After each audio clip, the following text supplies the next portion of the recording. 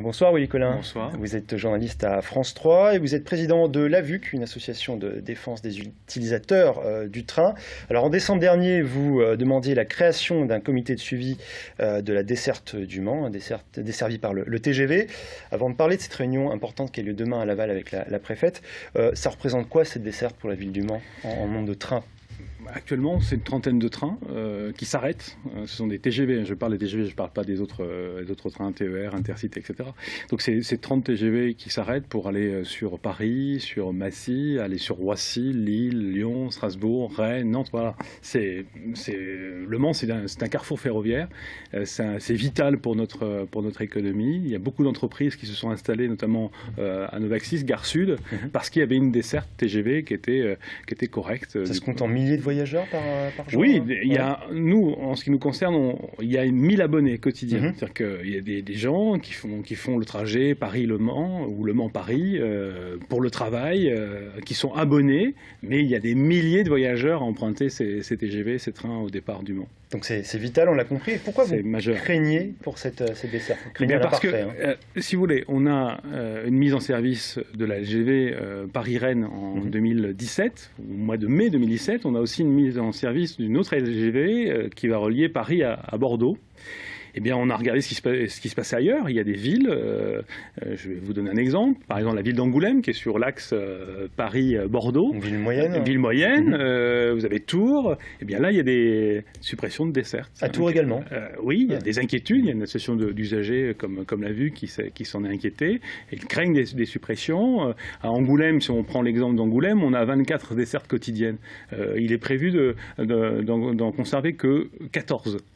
Donc, on a aussi le même phénomène dans le nord de la France pour des villes comme Douai, Arras, Béthune, où on commence à supprimer des dessertes en fin d'après-midi pour ces villes. Ces villes moyennes ne sont plus des priorités économiquement, ça tient pas la route. C'est des choix de la SNCF, c'est des choix qui reposent sur une logique économique, de rentabilité.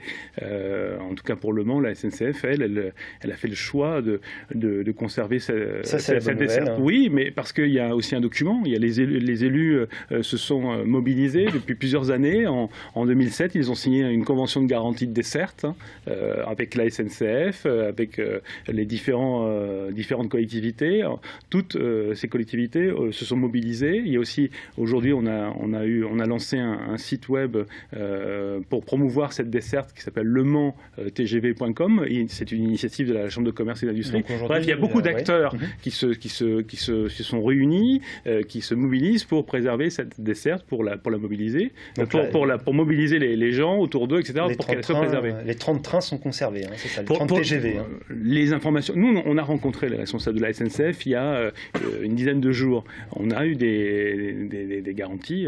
Il y a une trentaine de trains aujourd'hui. Il y en aura une trentaine, et peut-être un peu plus d'ailleurs, parce qu'il y a un trou de desserte, notamment en début d'après-midi, entre 13h et 16h.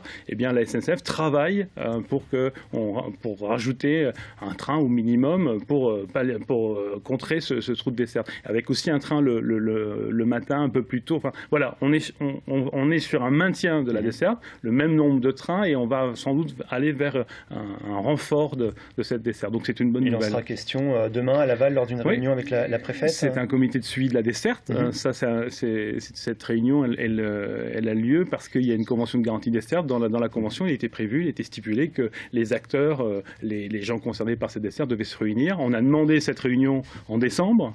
Eh bien, on l'a obtenue, elle se déroulera demain à Laval, demain en fin de journée. En quelques mots, vous êtes plutôt favorable à ce projet de LGV globalement Nous, on n'est pas contre, à condition que ça ne se fasse pas au détriment des territoires intermédiaires, au détriment des villes moyennes. Il ne s'agit pas de faire des trains de déséquilibre du territoire. Le Mans est une ville intermédiaire, et Le Mans souhaite conserver cette desserte, et on y travaille, on est tous mobilisés pour ça. Eh bien, merci Willy Collin. Je rappelle que vous êtes président de l'AVUC, l'association de défense des usagers du train.